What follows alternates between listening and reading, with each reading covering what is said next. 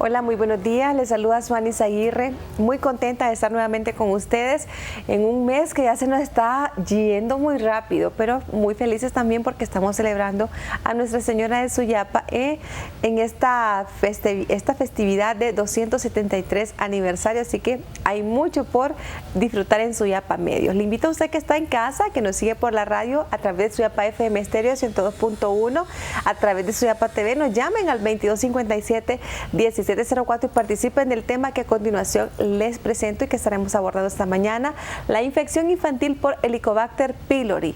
Vamos a hablar de un poco de esta bacteria que es muy común ahora, ¿verdad? Hay una alta incidencia de la Helicobacter pylori y sobre todo también en los niños.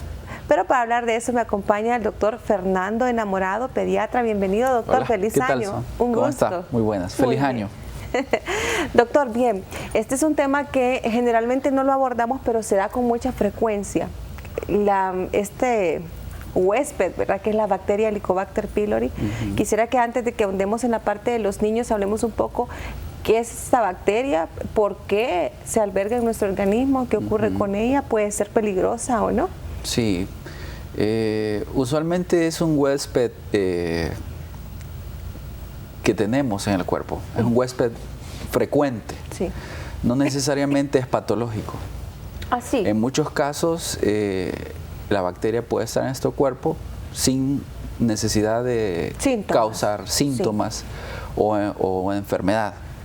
Es una bacteria, como ya lo mencionamos, que se aloja precisamente en la cavidad gástrica, en el antro gástrico, que genera un cuadro de gastritis crónica caracterizada por una serie de síntomas. Se puede dar a cualquier grupo de edad y que en el futuro puede degenerar en complicaciones secundarias a esa gastritis crónica. Es decir, doctor, muchas personas a veces dicen, es que todos tenemos la bacteria, y he escuchado estas expresiones. ¿Es verdad entonces cuando se dice esto, según lo que usted me comenta? Muchas personas las tenemos. Muchas personas las tenemos. Pero no todos desarrollamos los síntomas. No todos tienen la sensibilidad también a la presencia de ella también. Sí, así es. Básicamente, vamos a identificar los pacientes que son sintomáticos. Vamos a enfocarnos en los pacientes que son sintomáticos, que tienen síntomas secundarios a la gastritis crónica por Helicobacter pylori. Estos son los pacientes que requieren mayor atención, mayor de nuestra atención. Muy bien, doctor. Sí. Vamos a hablar, nos vamos a enfocar en la parte de los niños, ¿verdad? Igual, si hay adultos interesados en el tema, por supuesto pueden llamar, no hay ningún problema. Le invitamos para que nos llame al 2257-1704. Es muy importante mencionar algo, doctor. Muchas personas temen la aparición de la bacteria porque lo relacionan con otra patología un poco más delicada, tal vez en este caso podría ser con un cáncer de estómago. Vamos a hablar si esto es así o no, si la bacteria realmente se puede eliminar del organismo o no. Hay personas que dicen, yo tuve el tratamiento y me volvió a aparecer. Sí. ¿Se ocurre con los niños? Todas esas dudas. Todas esas inquietudes son frecuentes en esta patología. Sí. La patología es de todo grupo etario, desde niños menores de un año incluso, hasta adultos de cualquier edad.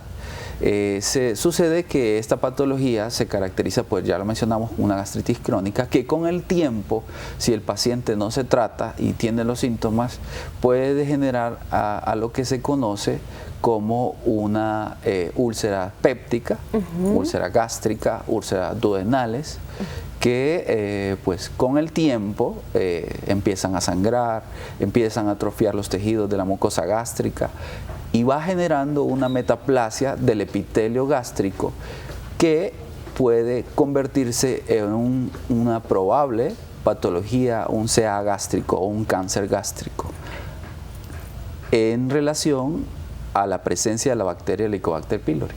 Quiero preguntarle algo, doctor. Mucha gente dice, es que yo agarré la bacteria, ¿verdad? De repente los adultos exteriorizan esto.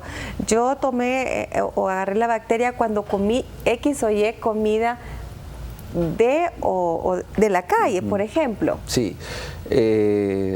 lo peor que puede hacer una persona es estar sintomática y estar con dolor, y solo estar tomando medicamentos para atenuar ese dolor, sí, y estar conservando ese dolor y pasar el tiempo y seguir con el mismo dolor. Recordemos que la bacteria está presente en nuestro medio en todos lados. En todos lados. En todos lados. Entonces, es muy resistente. Es muy resistente y es fácil adquirirla. Hay varios métodos para transmitir la patología, la bacteria.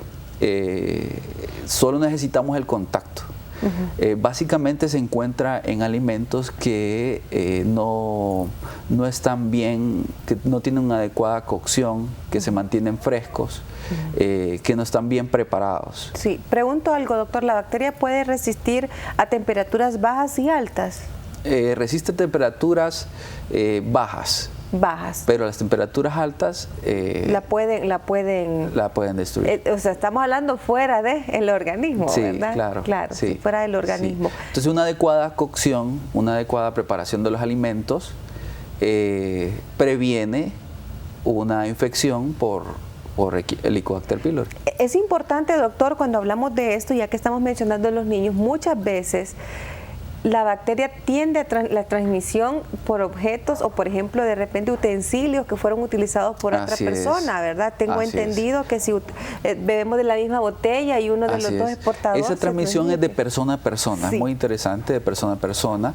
También tenemos lo que es la transmisión de oral, en el sentido de que los convivientes que están en una casa, una persona tiene la patología, se besa con su esposo, besa a sus hijos, y a través de la saliva, a través de los utensilios que usted acaba de mencionar, puede contaminar perfectamente a una persona, a un huésped, y desarrollar la enfermedad. Eso, de ahí deriva mucho la importancia que una vez que se detecta que una persona en la casa lo tiene, que todo el resto de la familia, para el caso, ¿verdad?, la familia nuclear, tenga el tratamiento. También otro método de transmisión es fecal oral. Lastimosamente, pues también a través de las heces, la bacteria se desprende a través de las heces de una persona que está infectada y puede infectar a una persona que está sana. Entonces, siempre que hay una persona detectada en casa con la Helicobacter pylori, lo más recomendable es dar el medicamento a toda la familia. Y ahí vamos a una parte muy importante, en los niños. De repente el niño está aprendiendo a ir al baño solo, a hacer sus necesidades, a limpiarse, ¿verdad?, sus genitales, y allí, de una u otra manera, tal vez no hay una buena limpieza, hay un contacto directo con las heces fecales del niño que quizás está infectado. Puede estar infectado perfectamente. Comparte con otros niños y ahí se va haciendo un ciclo, ¿verdad? Así es, sí. Incluso en países desarrollados, la incidencia de Helicobacter pylori en menores de 1 año es prácticamente nula. Pero hablamos de países desarrollados, el nuestro que sigue en desarrollo, sí, podemos encontrar la Helicobacter pylori perfectamente en niños menores de 1 año. De 1 año de edad, muy pequeños, muy pequeños. Muy chiquititos. Y también es importante comentar que la bacteria incluso se ha aislado de la cavidad bucal. Entonces se dice que la cavidad bucal junto con la cavidad gástrica también son reservorios, o sea, sitios donde se encuentra presente la bacteria, Helicobacter pylori. ¿Sobrevive en el ambiente una vez, digamos, que la persona, como usted lo dice, ¿verdad?, de repente va al baño, queda albergada, algún tipo de producto la podría exterminar, llámese cloro, llámese ácido muriático, no lo sé, ya lo vamos a comentar, pero antes tenemos una llamada de Isabel que tiene una interrogante para el doctor Fernando Enamorado con ese tema tan interesante. Buenos días, Isabel. Buenos días. Sí, diga. Yo quería consultarle al doctor que mi niña salió con la bacteria pylori. Entonces ella está ahorita en un proceso de 10 días con el tratamiento y me dieron una pastilla para protegerle el estómago. Entonces yo quería saber cuáles eran los cuidados, los alimentos de ella. Sí. Gracias, Isabel. Qué buena pregunta. Sí, muchísimas gracias por su llamada. Bueno, varias cositas con respecto al tratamiento. Primero, la respuesta a lo que ella nos preguntó. Nos preguntó qué alimentos tiene que ingerir su bebé. Yo le recomiendo que sean alimentos suaves, cocidos y en puré. Porque la cavidad gástrica está sensible al uso de los antibióticos, al ataque que los antibióticos le están haciendo a la bacteria. Entonces, el paciente se va a encontrar mucho más sensible al ingerir alimentos. Si empezamos a administrar, por ejemplo, alimentos que tengan una cantidad leve de grasas o una cantidad leve de condimentos o de preparados, inmediatamente el paciente va a cursar nauseoso, va a cursar con dolor abdominal, con malestar general y puede vomitar. Acordemos que el periodo en que se administran los antibióticos, los medicamentos, es un periodo bien delicado de 10 o 14 días según lo tenga indicado. Entonces el paciente puede estar muy sensible, puede estar débil, puede estar decaído. Excelente. Bien, vamos a hacer una pausa, doctora. Al regreso hablaremos de la recurrencia de la bacteria, es decir, por ejemplo, el caso de la señora que nos llamaba, decía, mi niña está en 10 días de tratamiento. Sin embargo, muchas veces los padres pueden decir, ahí está, ya la eliminamos, pero podría de nuevo volver a aparecer, ¿verdad?, la situación de la bacteria en el cuerpo de nuestros hijos. Hacemos una pausa, al regreso continuamos con este interesante tema en compañía del doctor Fernando Enamorado, pediatra, hablando acerca de la infección intestinal en los niños a causa de la bacteria Helicobacter pylori. Ya volvemos.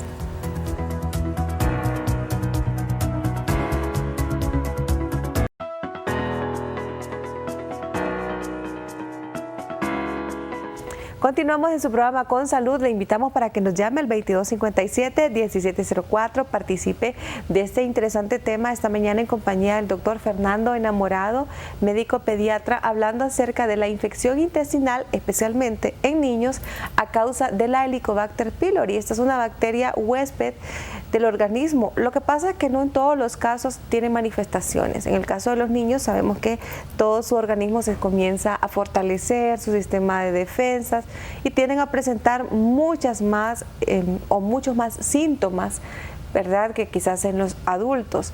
El tratamiento es muy importante porque aquí vamos a hablar que la bacteria podría de nuevo reaparecer, aunque se haya recibido un tratamiento y que haya sido muy cercano, ¿verdad? Sí, así es. El tratamiento de Helicobacter pylori, como ya lo mencionamos, es de 10 a 14 días, pero tiene una tasa de resistencia a los mismos antibióticos de un 85%. Es bastante alta. Es bastante alto. Sí. Perdón, una tasa del 85% de curación y un 25% de resistencia. Muy bien, muy bien. Sí, entonces un 25% de los pacientes, en palabras más sencillas, 25% de los pacientes que recibieron el tratamiento no van a tener una curación o la destrucción completa de la bacteria. Pregunto, doctor, y lo interrumpo. ¿Es por se interrumpe el tratamiento? ¿Hay una interrupción del tratamiento? Le pregunto esto porque muchas veces para las personas y especialmente los padres cuando se lo dan a los niños, el antibiótico, claro, tiene un efecto secundario no tan agradable en el cuerpo del niño para eliminar la bacteria y muchas veces suspenden el tratamiento. ¿Ese 25% se podría deber a esto? Se debe exactamente a la suspensión del tratamiento, a la no continuación, que no se termine el tratamiento. Eso número 1. 2, también a la resistencia bacteriana. Como durante todo el año muchas personas, muchas madres, muchos pacientes, adultos, niños, están consumiendo antibióticos muchas veces sin prescripción médica. Entonces eso hace resistente la bacteria. Recordemos que uno de los componentes del tratamiento, la amoxicilina, lo vamos a estar administrando o consumiendo durante todo el año sin necesidad muchas veces. Entonces esos pacientes caen en ese 25% que no lograron una primera curación. Ay, qué interesante. Bueno, sí, y eso pasa con mucha frecuencia. Así es. Mucha frecuencia, que ya lo hemos dicho, la automedicación es importante. Bien, doctor, hablemos un poco en esto de los síntomas. ¿Los niños van a experimentar lo mismo que los adultos o puede ser más agresivo? Los niños van a experimentar una clínica típica de dolor abdominal localizado en epigastrio, que es, digamos, la boca del estómago que le mencionan las personas. Ajá, sí, dolor en esa parte. En esa parte. El tipo del dolor es urente. Significa que es como sensación de que quema, sensación quemante, que es un dolor continuo. El dolor cólico es aprieta y suelta, pero el dolor urente, el dolor de la epigastralgia, de la gastritis, es un dolor urente, continuo, que va a estar siempre la sensación de dolor ahí, continuo, por lo menos está una sensación de 10 minutos, 30 minutos, y que se atenúa con antiácidos, con algunos medicamentos. Sí. Pero esa es la característica. El síntoma principal es el dolor en epigastrio. Hay otros síntomas acompañantes, sí, por supuesto. Por ejemplo, náuseas. El dolor, de nuevo cayendo al dolor, el dolor se exacerba con los alimentos, especialmente cuando son grasos o muy condimentados. Pero también el dolor se va a presentar postprandial, después de comer. Después de comer. Después de comer, muchas veces, es el momento donde se aumentan los jugos gástricos. Y es donde dice la persona, me cayó mal la comida. Sí, entonces eso. También los pacientes cursan con inapetencia, especialmente, los niños especialmente, claro, es un mecanismo de defensa. Por ejemplo, no quiero comer porque yo sé en mi inconsciente que me va a causar dolor. Entonces los niños dejan de comer, pierden el apetito. Y es una de las situaciones que tenemos que tener presente. Otra de las características es retraso ponderoestructural. Claro, el niño no come, tiene retraso en su peso talla, entonces el niño va a caer un grado, puede llegar a caer un grado de desnutrición. Muy bien, doctor. Vamos a hacer un pequeño paréntesis. Tenemos un contacto en vivo en ese momento con Lilian Flores, que se encuentra en un punto de la ciudad y nos va a hablar acerca de estos casos del dengue. No hay que quitar el dedo sobre el renglón porque siguen los casos. Hola, buenos días, Lilian. Gracias, Suani. Buenos días y a todos los televidentes de Suyapa Medios. Y tal como usted le indica, el tema del dengue es un tema que sigue haciendo controversia en nuestro país, sobre todo por la cantidad de casos con los que se cerró en el 2019 y en estas semanas que ya llevamos desde 2020 no es la excepción. Ya son muchos los casos que se han sumado hasta estos días, pero que sea el doctor Gustavo Urbina, coordinador de la vigilancia de arbovirosis en la Secretaría de Salud, quien nos comparta estas cifras. Escuchemos. Todo natural, evitar las bebidas energizantes, evitar las bebidas azucaradas o las sopas instantáneas porque tienen los contenidos de sal son altos, y el azúcar o la sal en exceso puede agravar un cuadro clínico y llevarlo a una complicación. ¿Este año cuántas muertes? Pues tenemos 4 muertes sospechosas, no ninguna confirmada porque no han salido resultados de laboratorio. ¿Se podría aumentar las cifras en comparación 2019 al 2020, incluso con los casos? Porque ha habido un incremento. Mire, decir que se puede incrementar sería irresponsable de mi parte porque todo va a pasar por las actividades de control y de prevención. Si controlamos y reducimos los casos de dengue, vamos a reducir los casos graves y las posibles exposiciones a la muerte. Doctor, ¿me comenta usted las cifras para esta semana? Bien, en la semana número 2 hemos tenido 2.186 casos, de los cuales 2.007 son casos de dengue sin signos de alarma y 179 son casos de dengue grave. ¿Cuáles son esos lugares que siguen mostrando alta incidencia? Hay 11 del total de casos, de los 2.007 casos de dengue sin signos de alarma, hay 11 regiones que concentran el 90% de todos los casos y son la región metropolitana del Distrito Central, Lloro, El Paraíso, Atlántida, Cortés, San Pedro Sula, Choluteca, Colón, Olancho, gracias a Dios, y Francisco Morazán. ¿Hay muertes confirmadas? No, todavía no hay ninguna muerte confirmada para este año, solo hay 4 muertes que están sospechosas, están en estudio, pero esperamos las muestras de laboratorio para ver si salieron positivas o negativas. ¿Siempre continúan 180 muertes? ¿Del año pasado? Sí. Sí. ¿Y cuántas pendientes de confirmación en laboratorio? El laboratorio ya emitió lo que tenía que emitir. De análisis, de certificación de muertes, tenemos 35 pendientes, pero es porque eran adultos y encontrar el equipo de expertos de medicina interna, ginecología, depende si era una mujer que estaba embarazada, si era un adulto. Entonces, concentrar un equipo para que nos analicen de un solo todo eso es bien difícil. Porque recordemos que el Estado tiene internistas, pero están dando atención clínica. Y sacarlos de ese ambiente y ponerlos a analizar, entonces, estamos en esos procesos, nos han asignado unos especialistas, pero estamos pendientes de reunirnos con ellos. Se comenzó con...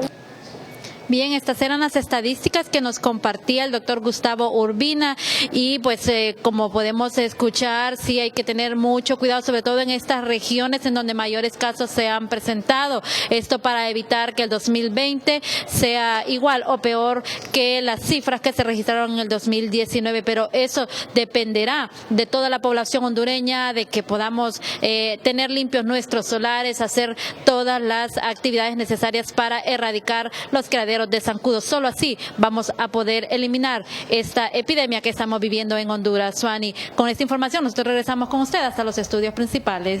Gracias, Lilian. Excelente día de trabajo para usted. Y bueno, doctor, es que eso está pasando. Y usted en la parte de pediatría, pues los exteriorizábamos. Los niños son muy vulnerables también con el dengue. ¿Cuántos niños lamentablemente perdieron la vida en el año que recién acabamos de culminar por causa de esto? Sí, de todas las estadísticas que mencionó el doctor, la mayoría, el gran porcentaje, un 60%, un 70% perfectamente son niños, menores de 17 años. Entonces la población, y hablo de los casos graves, entonces la población más susceptible para tener complicaciones por dengue, incluso para padecer la enfermedad, es la población infantil. Los casos de los niños son los más expuestos a la enfermedad y tienen un alto índice de mortalidad una vez que la enfermedad se ha complicado. Y esa es una de las complicaciones, valga la repetición de los términos, que muchas veces los padres llevan al niño en un estadio muy avanzado de la complicación o la enfermedad, sí, ¿verdad? Pudimos prevenirlo, al nomás experimentar esos síntomas, llevarlo al médico. Por eso, dentro del estudio de la enfermedad de dengue, existe lo que se llama signos de alarma. ¿Okay? Entonces, por este lado está la enfermedad con fiebre, está el pacientito con fiebre. Pero no voy a esperar que el pacientito con fiebre curse inmediatamente que yo detecte signos de alarma en mi casa, voy a llevar a consulta al pacientito. Así es. Y esos signos de alarma son, importante mencionar, los vómitos, que el paciente, vómitos persistentes, más de 5 vómitos en 2 horas, en 5 horas, eso ya vómitos persistentes. Entonces el paciente necesita ser valorado, ingresado para administrarle líquidos endovenosos. Otro signo de alarma es el dolor abdominal, el dolor abdominal que es intenso y que el paciente dice me duele, me duele, me duele. Usualmente el sitio de dolor es en epigastrio o en la boca del estómago, como lo mencionan las madres, o también puede ser en región periumbilical, no importa. Tiene dolor abdominal, significa que dentro de su cuerpecito, en palabras sencillas, existe un estado de deshidratación y ese estado de deshidratación, en palabras sencillas, lo está llevando a causarle dolor abdominal. Esas son palabras sencillas. Esos son signos de alarma que nos pueden servir para llevar inmediatamente al niño a consulta. Otros signos de alarma, por supuesto, que son más severos, que las extremidades del niño estén frías, que el estado de conciencia esté alterado, que pase más somnoliento, decaído, que no quiere reaccionar. Esos son otros signos de alarma, pero todos ellos llevan a hospitalización.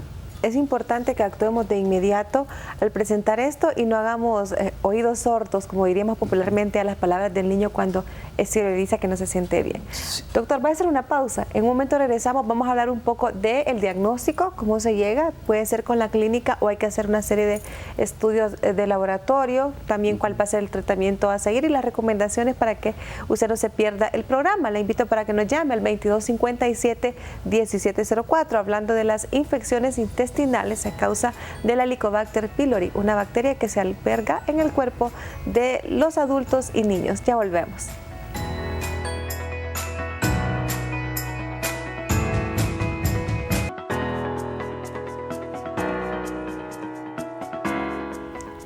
Continuamos en su programa Con Salud. Le invitamos para que nos llame al 2257-1704. Usted que nos escucha por Suyapa FM Estéreo 102.1 y nos sigue por Suyapa TV. Le repito el número, 2257-1704.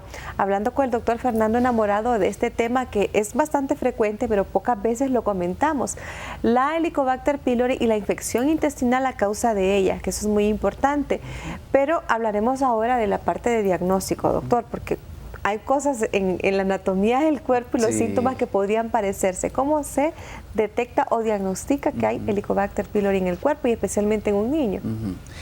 Suani, tenemos pruebas que son directas y tenemos pruebas que son indirectas. Dentro de la prueba directa, la más fidedigna siempre, por supuesto, va a ser una endoscopía alta a través de un gastroenterólogo, ya sea pediatra o de adultos. El gastroenterólogo hace una endoscopía, revisa cómo se encuentra la cavidad gástrica, las características de esa cavidad gástrica, toma una muestra de esa mucosa gástrica, se le hace un estudio de hematoxilina y auxina a la muestra gástrica o de Gienza, y ahí se descubre la presencia o no de la bacteria. Ese es, por supuesto, el gold standard, el estudio de oro, ¿verdad? Además, este estudio nos sirve para realizar lo que se llama determinar la resistencia, si la bacteria es resistente o no, a qué o cuál antibiótico. Ese estudio, la endoscopía. La endoscopía. La toma de una muestra de mucosa. ¿Y se aplica para niños y adultos? Se aplica para niños y adultos. Debe ser difícil en un niño. Sí, bueno, se toma un cultivo, se hace un antibiograma y se determina qué antibióticos son los específicos para tratar la bacteria y evitar la resistencia. Pero, bueno, ese es un estudio invasivo, ¿verdad? Lo reservamos para los pacientitos básicamente adultos. Recordemos que en el adulto está más propenso a desarrollar complicaciones por la gastritis, como son úlceras gástricas, úlceras duodenales o un CA gástrico. Entonces lo reservamos para ellos. Y en los niños lo utilizamos siempre, pero en aquellos pacientitos en los cuales hubo un antecedente de resistencia o que el paciente sigue sintomático a pesar de haber recibido el tratamiento, o recibió el tratamiento y sigue con síntomas. Eso es importante, pero o sea, en el tiempo que estipulamos, hablamos de 10 a 14 días, ¿en cuánto tiempo vamos a saber si la bacteria ya fue eliminada y cuál va a ser el sistema para saberlo también? Sí, una vez que el pacientito tomó su tratamiento completo de 10 a 14 días, se necesitan al menos 4 a 8 semanas para repetir un estudio para determinar si la bacteria fue totalmente erradicada. ¿Siempre la endoscopía, doctor, o otro estudio? No, en este caso, refiriéndonos en los niños, el estudio principal que utilizamos para determinar la presencia de la bacteria es el examen de Helicobacter pylori en aliento. En aliento, donde le damos un medio de contraste al niño que contiene alta carga de carbono 13, que es un medio de contraste, un radioisótopo, donde la bacteria va a degradar la urea que contiene esta muestra y va a exhalar CO2 y nos va a determinar la presencia de la bacteria. Este mismo estudio nos va a servir para, a posteriori, 4 semanas después, 8 semanas después, determinar si el tratamiento fue efectivo. Entonces, si me preguntas cuál preferimos, pues preferimos el test de Helicobacter pylori en aliento. También existen otros métodos que son altamente confiables, una sensibilidad de un 90%, como es la presencia de Helicobacter pylori en heces. Entonces, son muy buenos ambos. ¿Con un examen de heces normal? Un examen de heces, un examen de aliento, los podemos hacer perfectamente. Ambos menos agresivos que la endoscopia. Sí, así es, ambos menos agresivos. También hay un estudio muy importante que es importante que lo mencionemos, la realización de pruebas rápidas de Westerbrod o de ELISA a través de muestras de sangre, donde al paciente se le toma una muestra de sangre y lo vierte sobre una laminilla y esta laminilla te va a decir si es positiva o es negativa, positiva o negativa. Lastimosamente este estudio, como se trata de anticuerpos, no sirve, a pesar de que sale positivo o negativa, no nos va a servir para determinar si el paciente está cursando con un cuadro agudo de gastritis por Helicobacter pylori. Sí. Solo nos va a determinar que el paciente estuvo o está con un contacto por Helicobacter pylori, pero no nos sirve para iniciar tratamiento ni para determinar si el tratamiento fue efectivo.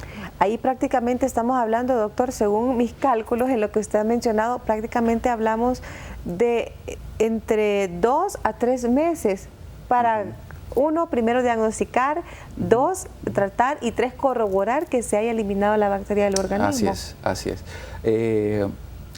El primer mes es un mes bien difícil para el pacientito que está siendo tratado por Helicobacter pylori, porque así como habló una madre, pues el paciente se torna bien sintomático, bien sensible. Recordemos que la mucosa gástrica queda un poco más expuesta por el uso de los antibióticos, entonces el paciente va a cursar más nauseoso, con un poco de dolor abdominal, entonces es un periodo bien difícil. Incluso estos pacientes con el uso de antibióticos pueden desarrollar un periodo de intolerancia o de diarrea, por lo cual recomendamos en algunos casos el uso de probióticos. ¿Va a haber pérdida de peso a raíz que la alimentación va a cambiar durante el tratamiento, doctor? Va a haber pérdida de peso, pero la recompensa final, la recompensa después de ese mes es muy buena. El paciente inmediatamente se torna con mucho más apetito, con buen estado general, con ausencia total de dolor. No tiene por qué tener dolor. Ya no hay un dolor después de haber comido. Sí, entonces es muy bueno el tratamiento, le ayuda mucho al pacientito que cursa con Helicobacter pylori. Qué bueno, doctor. ¿Qué recomendaciones podemos dar a los padres una vez que han diagnosticado a sus niños con la bacteria y que van a comenzar el tratamiento? Sí, mi recomendación sería que si hay un pacientito sintomático con un test de Helicobacter pylori positivo, los demás familiares también se deben hacer el estudio. Eso es muy importante. Eso es muy importante porque si se trata de un pacientito, o un paciente, perdona, si se trata de un paciente y hay otras personas contaminadas, después del tratamiento, no importa si el tratamiento fue efectivo, no importa si la bacteria se erradicó, las otras personas sí van a de nuevo contaminar al paciente que ya recibió el tratamiento. Toda la familia. Toda la familia. Entonces es un ciclo vicioso, ¿no? Sí. Es un ciclo de enfermedad. Y eso, número uno. Número dos, también recordar que muchas personas regresan porque, mire doctor, que me hice el control y el control me salió positivo. Pero como muchos pacientes son pediátricos, otros son adultos, recordemos que hay mucha comida que realizamos fuera de casa y que esa comida pues no llevó una adecuada preparación, no llevó una adecuada cocción. Claro. Recordemos los métodos de cómo se transmite la enfermedad a través de gotas de saliva, a través de fecal oral, a través de persona a persona. Entonces la vía de transmisión de la enfermedad es muy fácil. Estamos en constante exposición. Sí. Entonces, tener la conciencia que si se va a tratar, debe ser un tratamiento a toda la familia, y si se va a tratar, también tener los cuidados de no reinfectarse. Entonces, importantísimo, doctor, lo que ha mencionado, muy, muy importante. Así que la mamá que nos llamó, si la niña tiene esto y tiene otros hijos, hay que hacerle los exámenes a ellos también, usted, su esposo, usted o quienes estén en el ambiente. Enseñar a los niños a no compartir, de repente bebo de tu refresco y lo comparto con otros, porque eso se da mucho en la escuela de repente, ¿verdad? También. Sí. Bueno, la bacteria pues está en el ambiente, altamente resistente. Por lo menos en el aire ambiente resiste 48 horas, resiste temperaturas heladas, no resiste la desecación, o sea, las temperaturas que son bastante elevadas, el calor no lo resiste, pero las temperaturas frías sí, entonces puede permanecer en el ambiente 48 horas. Me quedé con una pregunta hace un rato y no la respondimos, era justo de eso. Decimos que a través de las heces fecales puede expulsarse, de repente en los sanitarios, pregunto, ¿el cloro u otro líquido o sustancia podría eliminarla? Con el cloro es suficiente. Con el cloro. Con el cloro. Muy bien, excelente, doctor. Pues estamos llegando al final. ¿Ya tan rápido? Tan rápido. Sí. ¿Dónde lo localizan en la consulta privada? Yo estoy en el Grupo Hospitalario Medicasa, sí, en Comayagüela, entre 2ª y 3ª Avenida, frente al Mercado Mamachepa, para servirle. Y en pantalla aparecen los números 2202-2714 y 97-1661-17. ¿Sí lo dije bien, doctor? Sí, sí, está bien. Bueno, es que ya mi edad de aquí tan largo no veo, pero bueno, espero haberlo dicho bien, lo voy a repetir. 2202-2714 y 97-1661-17. Siempre es un gusto, doctor. No, el placer es mío. Gracias por invitarme. Claro que sí, esta es su casa. También. Y a ustedes que tomen todas las precauciones, especialmente con los niños, hay que cuidarse porque las repercusiones de esta situación a causa de la Helicobacter pylori nos podría llevar a complicaciones que no queremos, incluso a enfermedades mucho peores. Gracias por haberme acompañado. Recuerde, puede ver a través de Suyapa TV la repetición del programa a las 11 de la noche. Nos vemos mañana.